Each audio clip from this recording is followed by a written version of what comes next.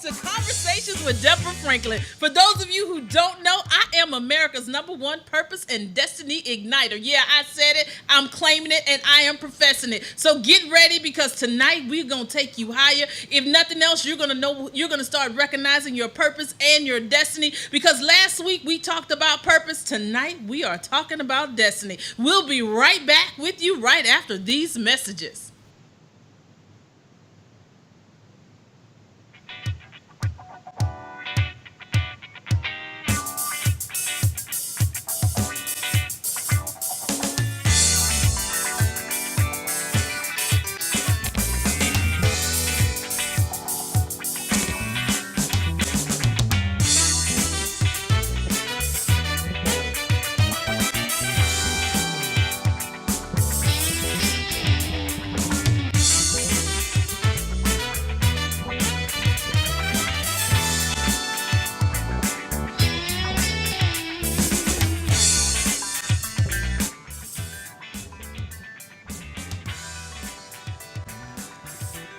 Hey, y'all, we are back, y'all. It's your girl, Deborah Franklin. Y'all, I got some good stuff going on. When I tell you things are happening, and they're happening so fast. Last week, when I tell you 24 hours makes a difference, 24 hours makes a difference in your life. We were talking about purpose. And for those of you that may have missed last week's show, purpose is the reason for which something is done or created, for which something exists.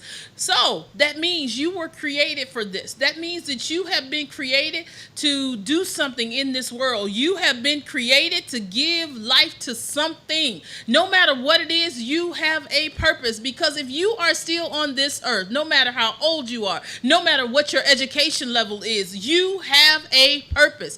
You have a purpose. And if you have purpose, then guess what? You have a destiny. And for those that don't know, destiny is the events that will necessarily happen to a particular person. So that means something has to happen. Your destiny is already predestined for you, but because God has given us choices. God has given us the gift of having a choice and having us be able to decide what we want to do. Oh, my cousin is on the line. Hey, Barbara Davenport, I'm so excited to see you on and joining us tonight. Hey, Eva, y'all, I got to give a shout out to my Facebook people, because they're joining in, and I want them to make sure that they like and share this video on Facebook. And for those of you that are watching the replay, make sure you share this. Make sure that you subscribe to our YouTube channel, because this is not a show that I want you to take lightly, because I want to dig deeper into this whole destiny bit. Those of you know, hey, I can't help it. I'm the resident church girl. I own it, but I also experience different things. Now, one story that always stood out to me, and I kept trying to figure it out. I kept trying to figure out what in the world, because it never really made sense to me. It made sense, but then it didn't make sense. It's the story about Lot and his wife. Lot was the only, let's say, righteous man that they could find in Sodom and Gomorrah. So the angels came and told him that he and his family needed to depart because they were getting ready to destroy it. But then we always hear about Lot's wife. Lot's wife looked back. They had left. They said she looked back and she turned into a pillar of salt. And I was like, why salt? Why would that doesn't even make sense to me. But then I started thinking about as women, we are married or involved with powerful men and people that have they say behind every strong man there's even a stronger woman. So that means Lot's wife had to have some power. I just have to give that to her, and I just have to think that, because if we start looking at the properties of salt, and the meaning of salt during that time, salt was a sign of wealth. Salt was a sign of preservatives. It was a preservative. It gives flavor. So why, because she looked back, did she have to turn into a pillar of salt? She had her purpose. She's married to Lot. She had her destiny. She was going there. But why don't most of us reach our destiny? Why don't most of us reach where we're supposed to go? Why don't we set foot in where God has chosen us to do? Is because we're looking back.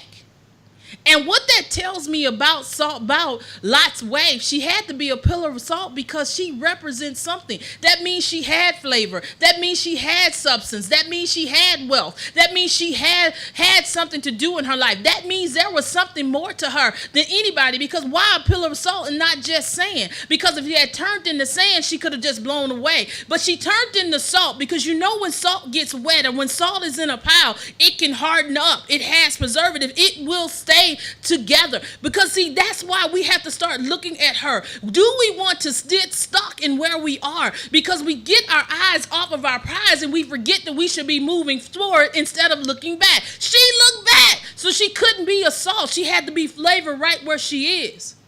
How many of you are not making it to where you're supposed to be because you keep looking back? You don't realize that there's so much more to this world, so much more to your being than just being in where you are. Get over it, guys. Yeah, it's scary to step out on faith. Yes, it's scary to step out and do something that doesn't make sense to you. But guess what? Do you really want to be a pillar of salt, or do you want to be salt that goes everywhere? Do you want to be salt that flavors the new job, that flavors the new idea, that flavors that extra piece of flavor that comes out of what you possess? And yes, Charlotte, I totally agree with you. Salt is a purifier. Be a purifier. I love that. But because she kept looking back, because you keep looking back, you can't reach your destiny and your purpose. Because when you have purpose, you have no other choice but to work towards your destiny. Purpose unlocks the door to your destiny. You have got to know that you were created for something more than being a doormat. You were created for something more than just to be somebody that births children or somebody that just has a job. You were created for more than this, or more than what you are doing. You have a bigger calling on your life than just to be set still. You have a bigger calling on your life than just to be just one thing. Start looking at the bigger picture, guys. Ladies, tonight is a show about girl talk.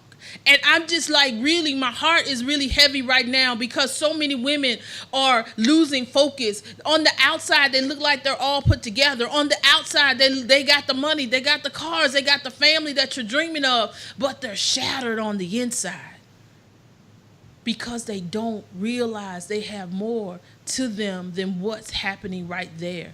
You have got to realize that when you acknowledge who you are and whose you are, and I say this all the time, that you can make it to the next level. You have to realize that you are more than what you see at this moment.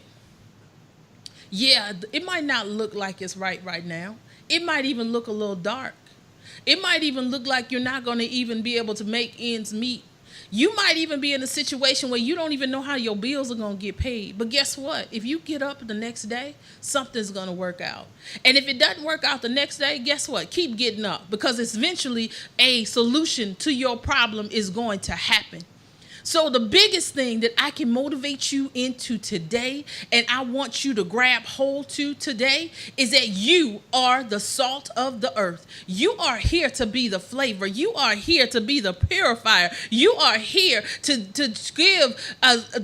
give more substance to something that's going on. You are that missing part to somebody or something. You have got to go and do what you have been called to do, because at the end of the day, you have purpose and you have a destiny. And it's time for you to stand up, wake up, and start walking in it. Because when you start to walk in your purpose and your destiny, you will be amazed at how many doors start to open for you. You will be amazed at how many people are going to start calling you. You're not going to have to call them. They're going to call you. But you have to be on your purpose and your destiny. You have to be in a straight alignment to where you're supposed to go. Because when you get in that alignment, doors start to open.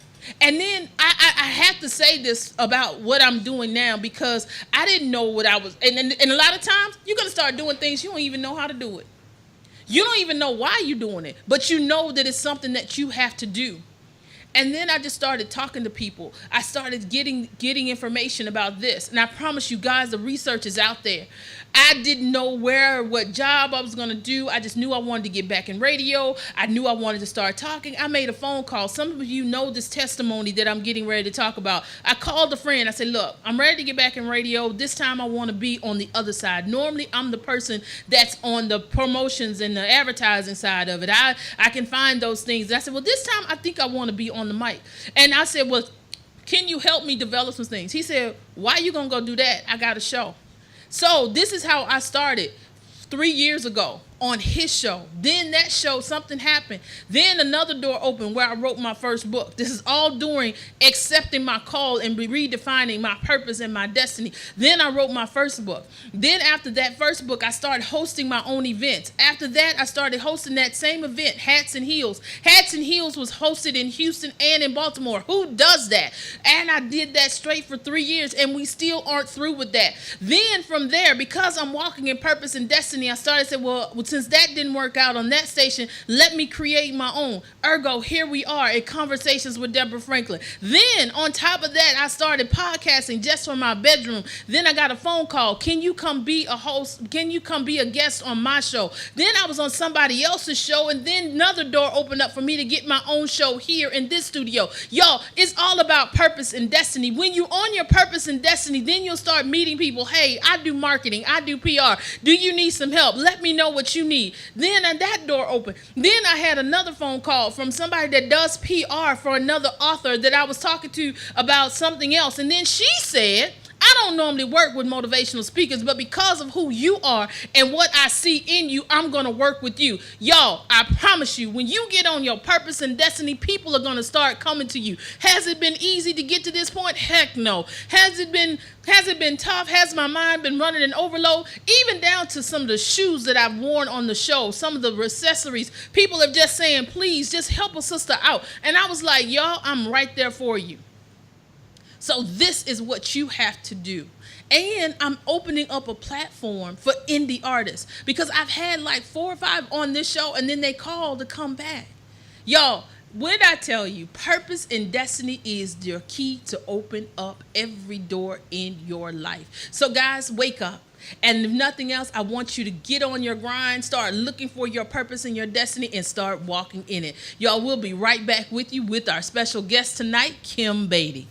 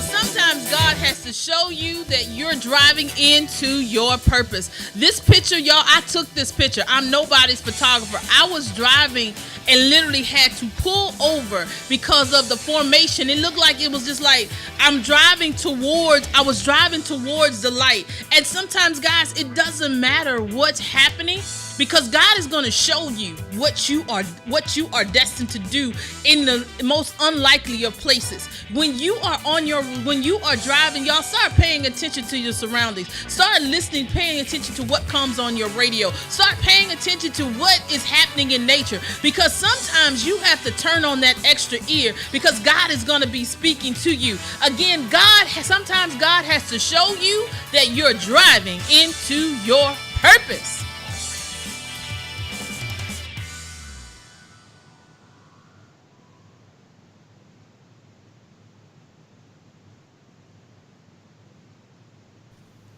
Hello, everybody. Welcome back to Conversations with Deborah Franklin. Y'all, tonight's guest is somebody I have known. I'm not going to tell you how long we've known each other, but let's just say we kind of grew up together in an odd kind of way. But she's in Houston. She's a phenomenal woman. She has taken some journeys. She is going to the next level, and now she's embracing another topic that when I saw it, I said, yep, she got to come on this show. That's why we are having Girl Talk. So guys, ladies, everybody that's on Facebook, Instagram, wherever you are, this is your time to like and share because my special guest is right here with me, Miss Kim Beatty. Hey, Hello. Kim.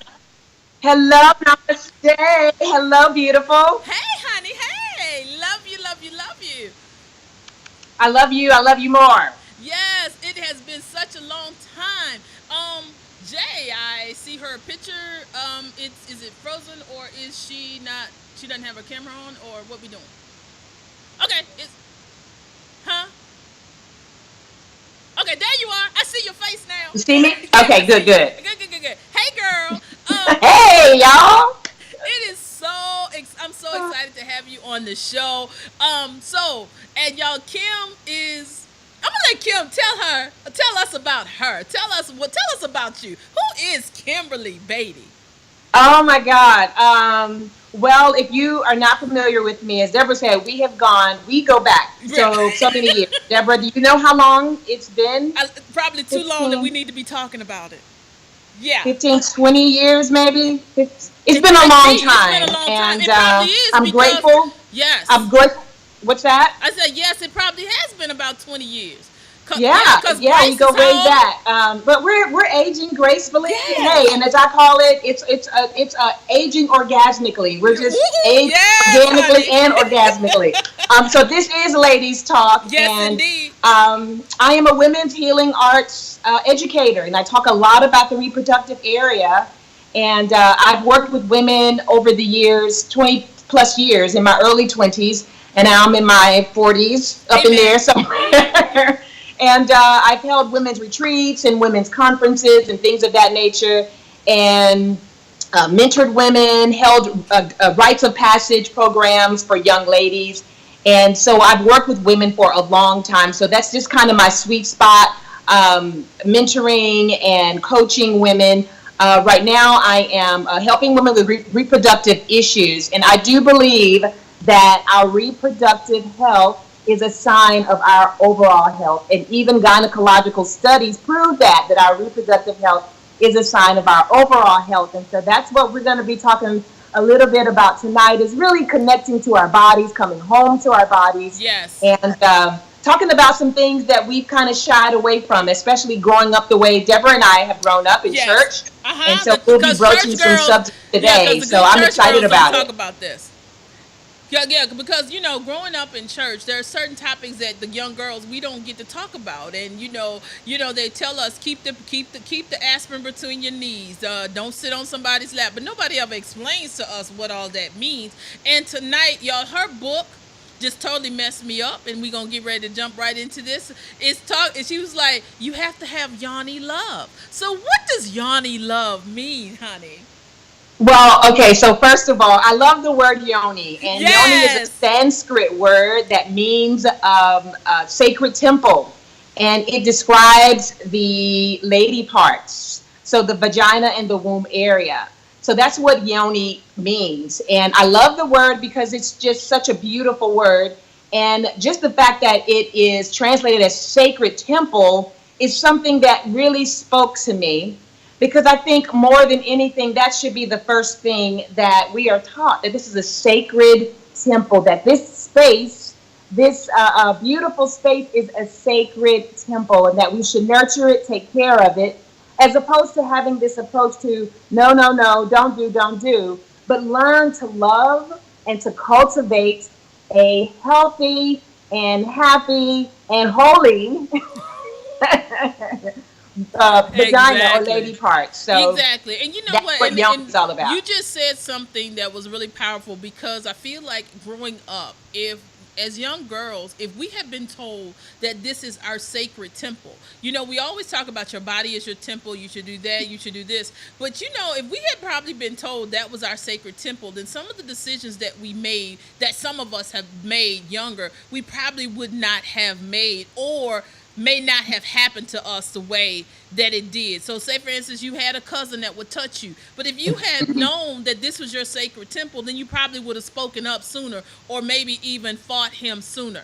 So what do you say to that? Because I know some things about you. You were a virgin for a very long time. Let's just talk about it. Let's just. It's not a secret. So how would you say that to young girls? Because you do workshops with the young ladies. Absolutely. So when I got married, I was 20 years old. And as Deborah said, I grew up in church. And so that was taught to us, you just keep your legs closed and you got to please God and you got to please mom and your daddy. And you don't want to get in any trouble. Where I was one of those young women who I was afraid of my father. I was afraid to get in trouble, and I was afraid of the wrath of God. So right. My relationship with God was more so, I had a relationship at a very early age. But a big part of it was this afraid, this fear, embracing God from a standpoint of fear, being afraid to mess up because I was going to be damned to hell or something, like that.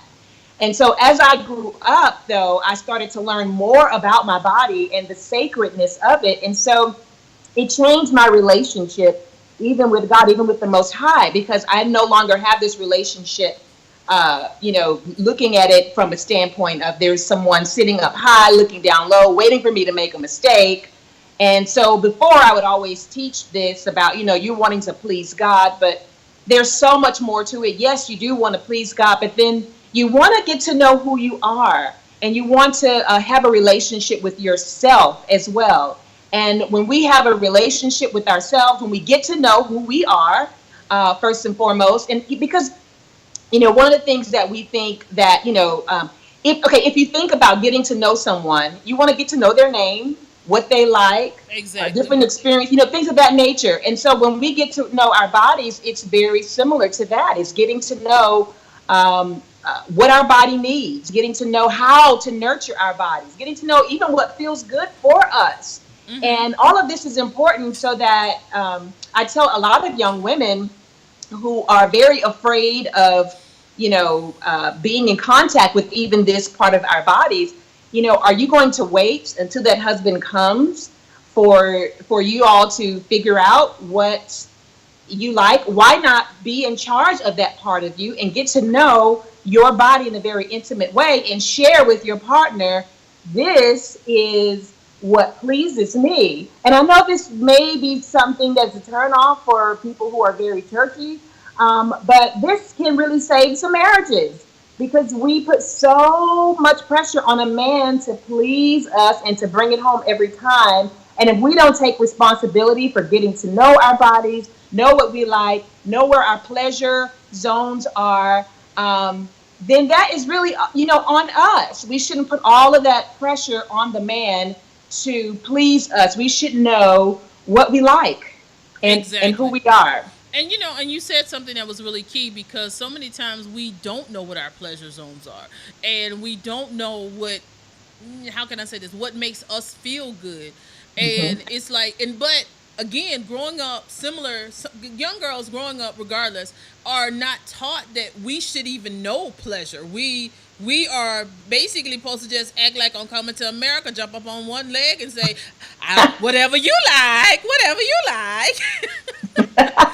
It's like we're not supposed to have a brain when it comes to that area. It's like they develop us to be spiritual. They develop us to go to school, but they don't develop us as far as our body. So what advice would you give to somebody that's in that? Or let's take it a step further. Somebody, let's take a quick break, and we're going to come back and we're going to answer what happens when you've already had the experience, but now you want to move forward. All right, we'll be right back.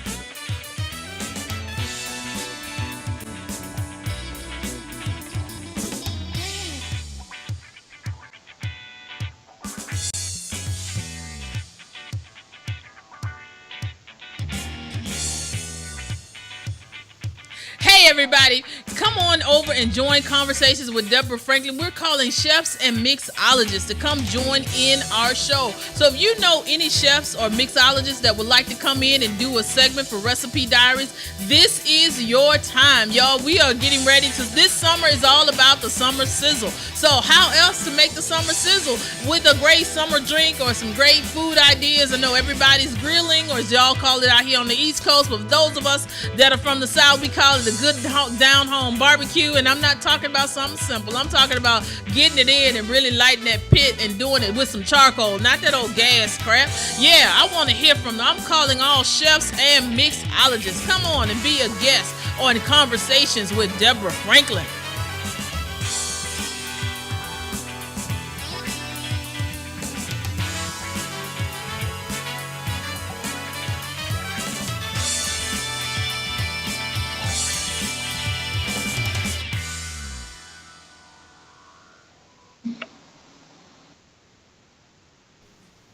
Hey everybody, welcome back to Conversations with Deborah Franklin with my special guest, Miss Kimberly Beatty. I'm sorry, Kim Beatty.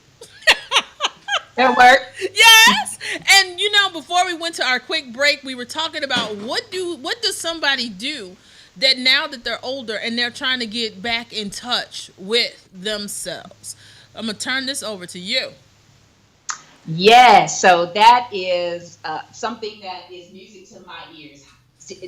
Getting in touch with yourself and getting to know yourself, because who you were at 15 and 16 is not who you were at 25, and who you are at 25 is not who you were 35 and 40 and 50. And I had a client who was experiencing, she's married, and she was experiencing a lot of pain in the yoni area, and she really couldn't enjoy her husband.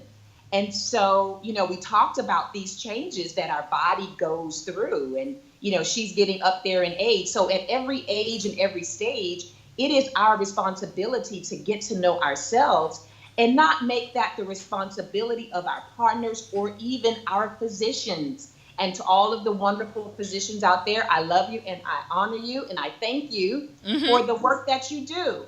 However, women, we've got to take our health in our own hands and get to know our bodies and get to know and be very intimate with this part of us. One way that we can do this is by getting a mirror. Now, you may have done this. Some of you may have done this. Deborah, you may have done this. Maybe some of your listeners may have done this at some point in our lives. Okay. But this is something that we need to do at different stages. And that's as simple as getting a mirror and taking a look down there, looking and seeing the changes. There's just a lot for us to, you know, get in contact with. It could be, you know, certain discharge. It could be the color, just to make sure that it's the way that it's supposed to be. So gray hair. That's so good is getting a mirror, doing some mirror work. Yep. And looking there. If it's all red and itchy, then there's something wrong. Right. If the discharge color is a little off, or brown or something like that, or yellow or green, then there's something off. So, you know, you want to get to know yourself first simply by going to get a mirror and doing a little self-exploration. I like it. Yeah, see what's down there. Exactly, because sometimes it can shock you, child. I'm just being honest. Because, because I be like, woohoo. But Charlotte, who's on Facebook, says, I wish girls would talk about their sacred temple and would curb many poor impulsive decisions. And she also said that I need this. And then she said about the mirror, she said, what? And then she said, heading south on the express train, I looked. I love it, Charlotte. I love it. Yes. Because, you know, so many times, again, we're not taught that we should check ourselves out, that we're only supposed to go. The only time that we probably think about that is that once a year that we go to the doctor and be like, spread them, and you be like, Lord Jesus, really? But you know, we don't talk about that health, and it's like, so, and then about the discharges and the things of that nature, and then what about? I think I remember seeing something where you posted about, you know, people that experience, let's say, yeast infections. A lot of times growing up, we were told, "Oh, that's the dirty girl stuff." No, but let's talk about. I mean, that's real. Go Yeah, ahead. we all have yeast in our bodies. We have yeast in our yoni. What happens is that different things that we eat, environmental factors, chemicals, things that we bathe in, some of that stuff can cause an overgrowth of bacteria or an overgrowth of yeast, especially the things that we eat that we're taking into our bodies. And so, if we are eating a lot of sugar, sugar thrives on yeast.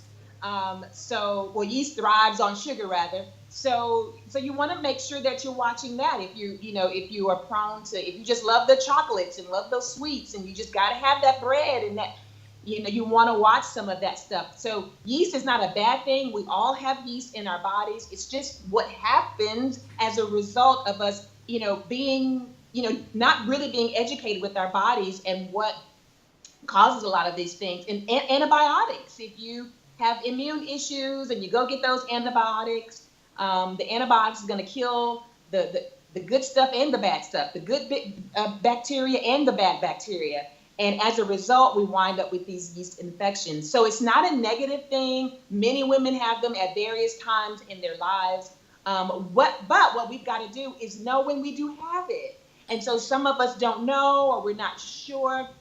And one way to be sure is to become very intimate with your body parts, with your lady parts, with your yoni. And so if you know that your yoni should be nice and pink, in there, then, when it's very red and itchy, then that could be an indication that something is wrong, and it may require some medical attention. But yeast, yes, it's not a bad word. It's not a negative word.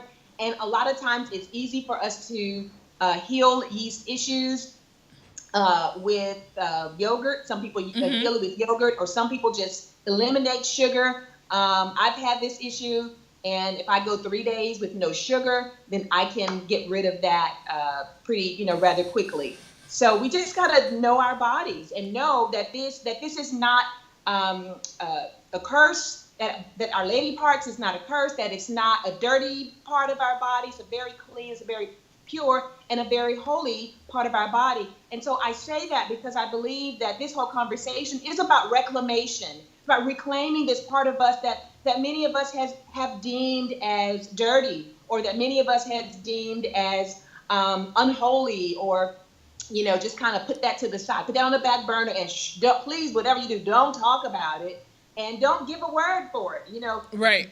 the stuff or the down there, but not truly saying what it is, the vagina. And I like yoni because it encompasses all of the lady parts, because vagina is just a canal. It's the canal, and it's a flattened, collapsed space. But what we see when we look there, we see the vulva, we see the labia, we see all of these different parts. And so getting to know the body, I would encourage anybody to Google it, pull up the woman's reproductive area, pull up yoni, and get the full view of what it looks like down there. Because some of us don't know the vulva from the labia. We don't know that there are 3 holes in that area, that there's a urethra, that there's a vaginal opening, and there's of course the rectum there. And so we've got to be careful, even with something as simple as going to the restroom, and sometimes we're fast and on the go. But we've got to be very careful with the way that we are cleaning ourselves, because if we're not going from front to back, and there's an oopsies and go from back to front, then we can introduce bacteria into the yoni that way as well. So we just got to be careful and be in tune with our bodies.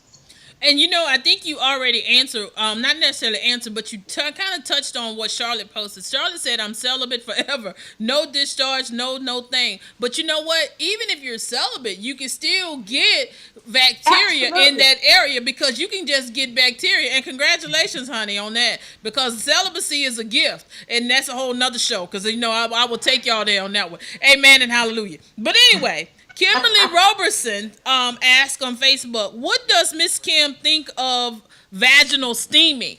And y'all, honestly, yeah, she already wrote something. Because, see, they don't realize that vaginal steaming is probably in the Bible, but nobody wants to talk about it, because they talk about Sarah and her smell as she stood out against everybody else. We're going to talk about that later. Go ahead, Kim.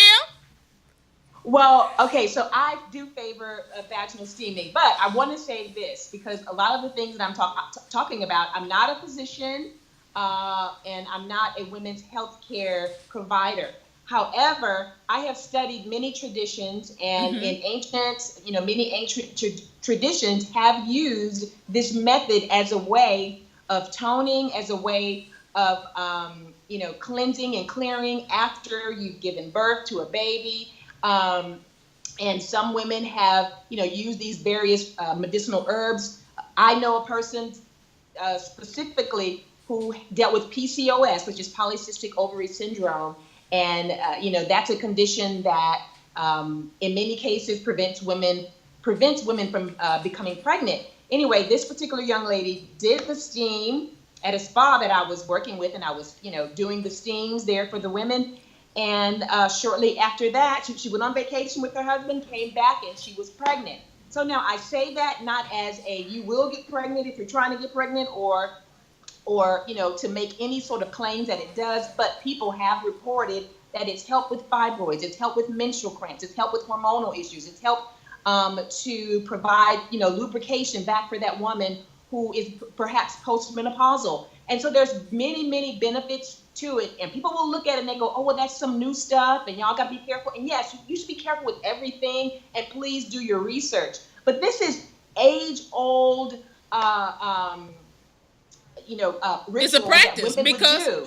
because I promise you, when I heard it, y'all know I researched it. I did look it up. I googled it because I was trying to figure that thing out, because it was like ancient times they would squat over Hmm? a hole that had Yeah. burning herbs. Yeah, they would dig a hole in the ground, and they would place bark and medicinal herbs in the hole, and the women, and they would like that, and the women would squat over it. So this is new to a lot of us in the Western world, but this is nothing new. We're just becoming more aware of it as technology advances, and we're able to get this information. It's just kind of coming back up, and a lot of celebrities have brought this, back up. But it's a practice that I've done. I've never had any problems with it.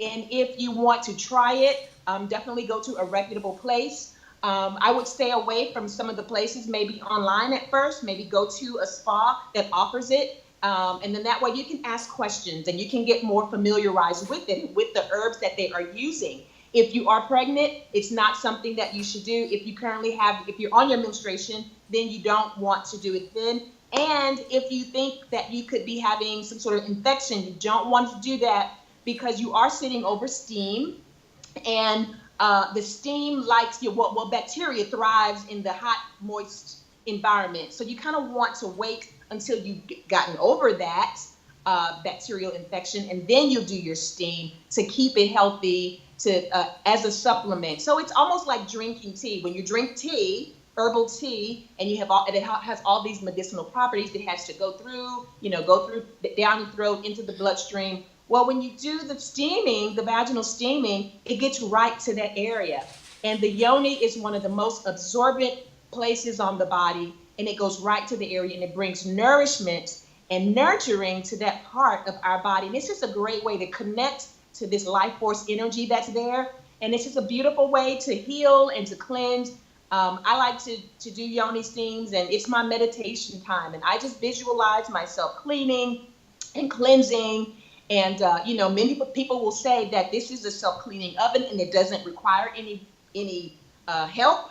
And I will say, yes, it is. It has its own ecosystem. Yes. However, there are some practices that have been, implemented over the years and years, and they do provide help, especially in the age that we live in. And we are doing so much harm, the different things that we're using on our bodies. Sometimes we need that little extra help to rid our bodies of some of the toxins that we're putting in, whether it's through our diet or through the chemicals that we're putting on our skin. I like it. Now, Charlotte is going in with us. Charlotte said, my yoni must be awfully holy. 8 years, this celibate cycle. No LOL, no reason. Poor genes, pool. I'm sorry. Pool of. Okay, I understand. Pool of receptacle men. Somebody is texting me. Whoever is texting me, not sure why, but yeah, y'all need to come on and just call in at 443-454-3751 if you got a question, because if you texted me, I can't get to your text right now.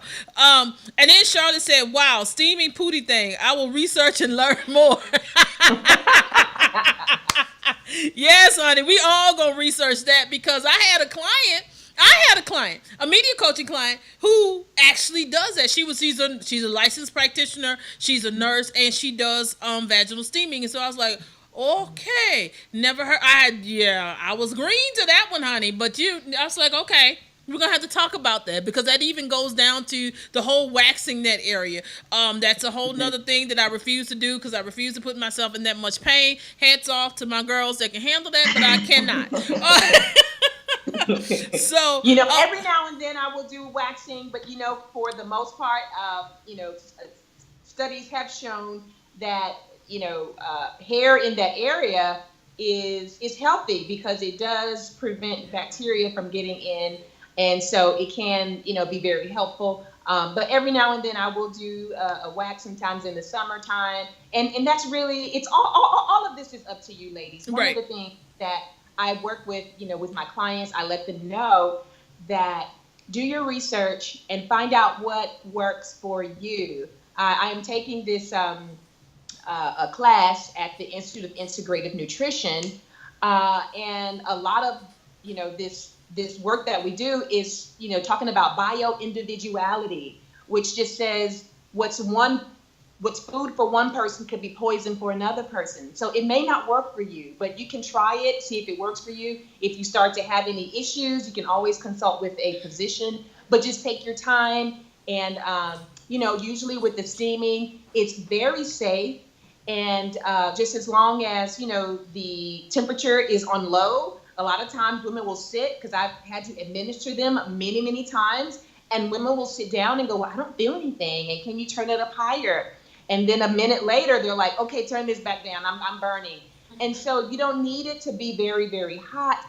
The medicinal herbs will go to where they need to go. It doesn't have to be very hot. You don't have to feel like, you're burning down there. And if you feel like you're burning, then get the heck up off of there, because you don't want to burn any of those very delicate tissues in that area.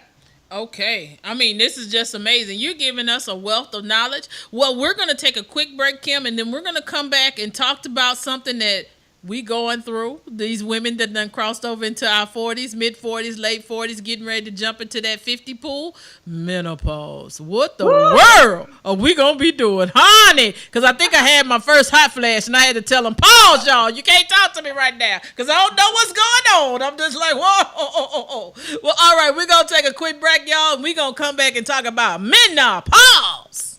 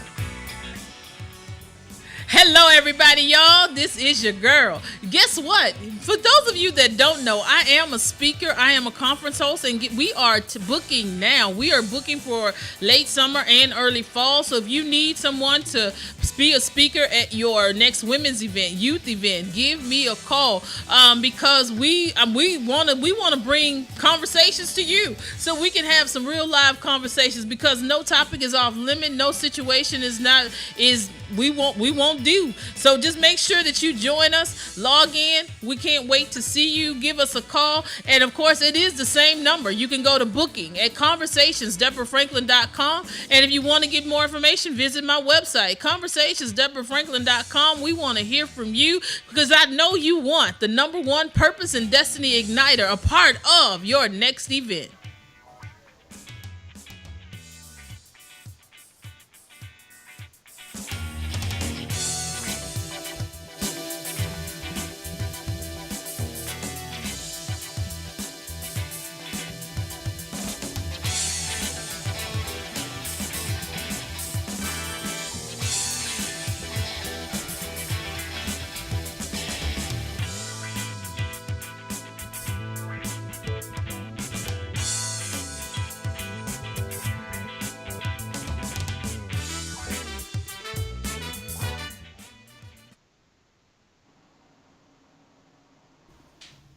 Hello, everybody. We are back here live on Conversations with Deborah Franklin with my special guest, Miss Kim Beatty. Well, guys, I know that you saw that it was advertised that Miss Tia was going to be with us, but y'all, this is what happens when you coming in from Philly trying to get to DC.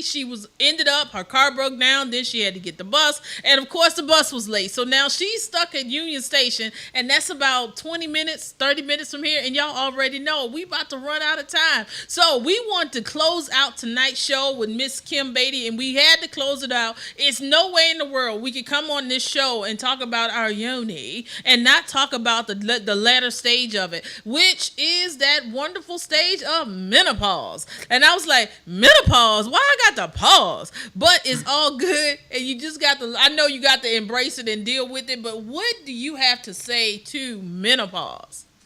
I'm so glad you said that, because I'm in that perimenopause place, and that's starts around late 30s to about the late 40s or so, and so I'm kind of right in that as I'm going into my middle to later 40s, and I'm glad that you said wonderful. You used a very good word there, wonderful, because we are taught and we are conditioned to dread this time of our lives. We are taught to look forward to it as something that is going to be horrible and that we're going to have these negative experiences. But if you are a person of faith, and I know your audience, they are people of faith, then have faith about this time in your life, and believe that this will be a beautiful rite of passage, a beautiful crossing over with great experiences. But then there's also something else that we must do, along with believing and looking forward to aging orgasmically, which is what I call it, which is blissfully, which is,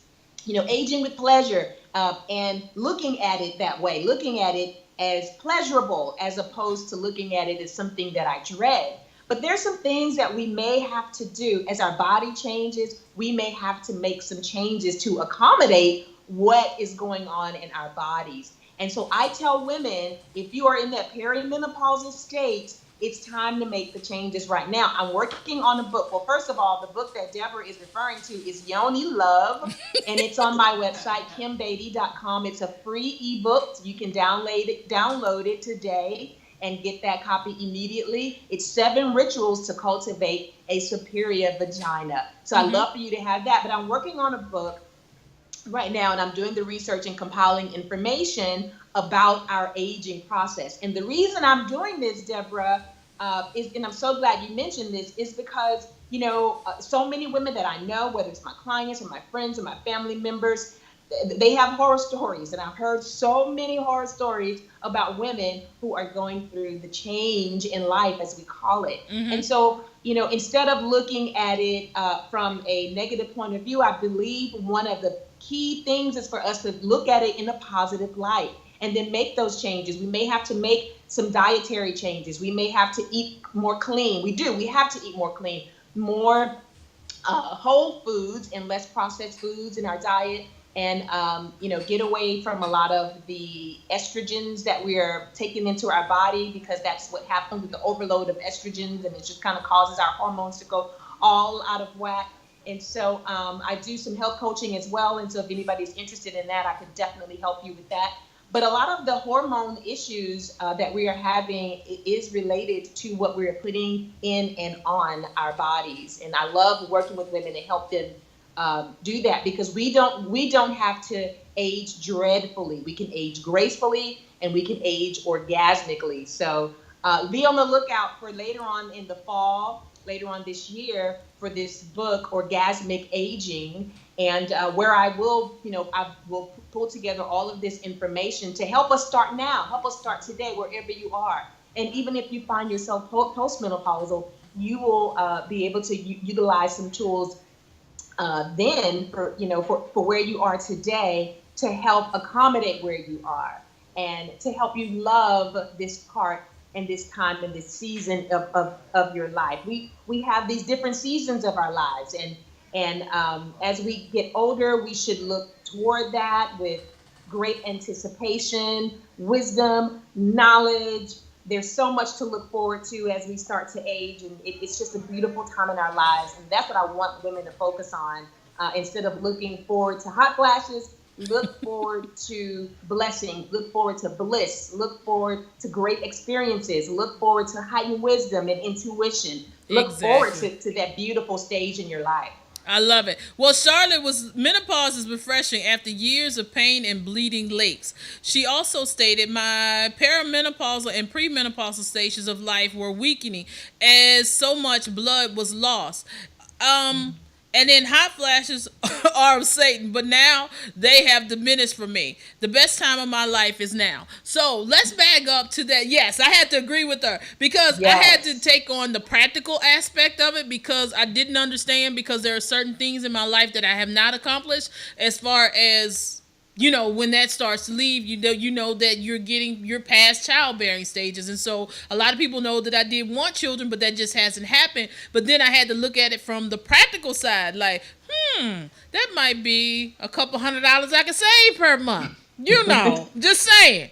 Because between, what we need, ladies, y'all know what we go through during that time of the month. But how would you tell somebody, just quick, we got a few more minutes, to just quickly tell, how do you deal with, I guess, the heavy menstrual cycle during this time? Whether it be, fibroids, I know we can go to the doctor for, but how can we deal with that when we're going through this stage?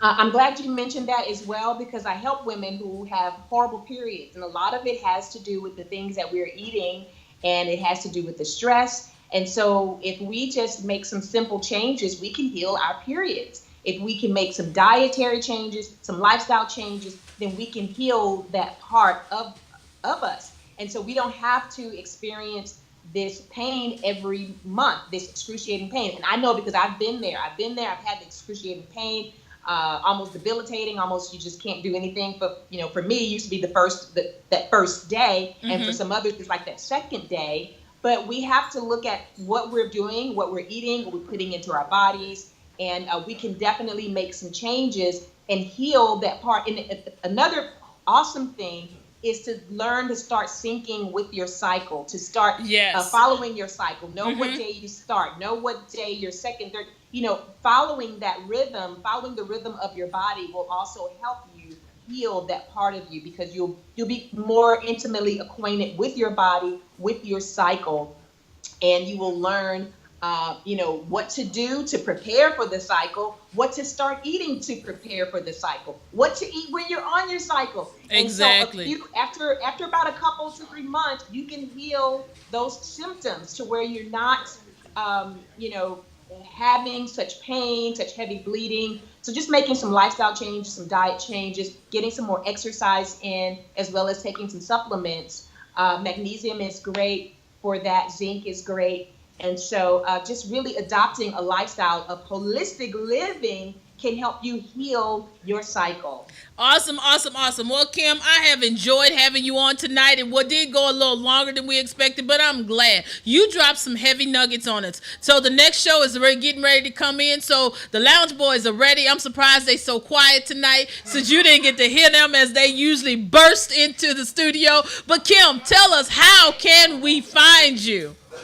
Yes, go to my website, kimbeatty.com, KIMBADY.com. And when you go there, you can download immediately the book, Yoni Love, 7 Rituals to Cultivate a Superior Vagina, and I'll stay in touch with you. Awesome, awesome. Guys, thank y'all so much for joining us here live at Conversations with Deborah Franklin. It's been real. It's been fun. Love you to life. Have a great one. Peace out. Thank you.